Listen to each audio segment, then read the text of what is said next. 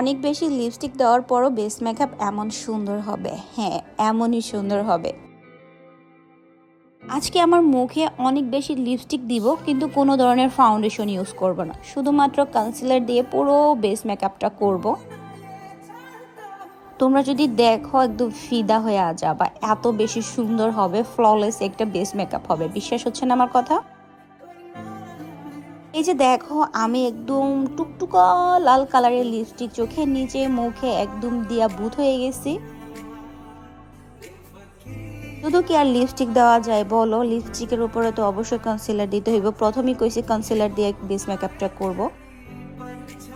তো লিপস্টিকের উপরে সোজা একটা কনসিলার দিয়ে সুন্দর করে ব্লেন্ড করে নিতেছি।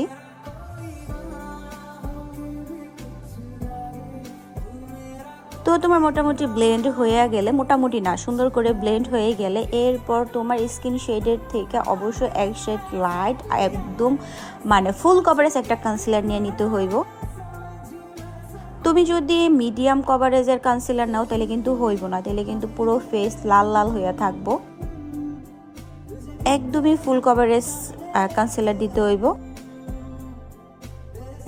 হ্যাঁ আমি জানি তোমরা এখন কইবা মাইয়ার মাথা একদম নষ্ট হয়ে গেছে, কারণ এমনিই তো মুখ লাল, তার উপরে আবার কতগুলা ব্লাশ দিল। বাই ব্লাশ দিয়ে আর যাই দে, তুমি ফাইনাল লুক দেখলে ক্রাশ খাইবা। তো যাই হোক, আমার কিন্তু অলমোস্ট বেস মেকআপ ডান। আমি পাউডার দিয়ে আমার বেস মেকআপটা সেট করে ফেললাম।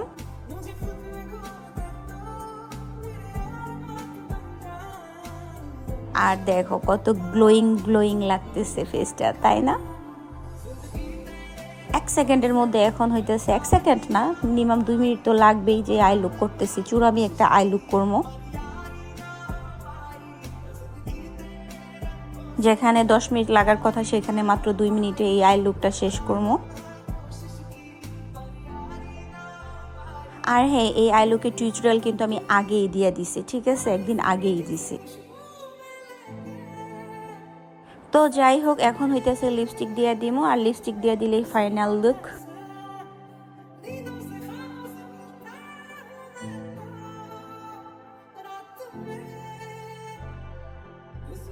তো লিপস্টিক দেওয়া শেষ, আর এটা ছিল আমার ফাইনাল লুক। এই যে দেখো, আমি কোনো ধরনের ফাউন্ডেশন দিই না, আর এক গাদা লিপস্টিক দিয়ে আমার এই বেস মেকআপটা করছি।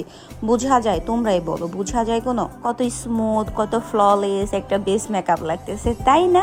ওই যে নাকের উপরে কি জানি দেখা যাইতেছে একটা বিন্দু বিন্দুটা, যে কি লাগছে ভিডিও করার সময় দেখি নাই, তো অর্ধেক ভিডিও করার পরে দেখলাম, তারপর হইতেছে নাকটা ক্লিন করছি। তো যাই হোক, আজকের এই মেকআপ লুক, আই লুক কেমন লাগছে অবশ্যই কমেন্ট করে জানাবা। এখনকার মতো বিদায় নিলাম, আল্লাহ হাফেজ।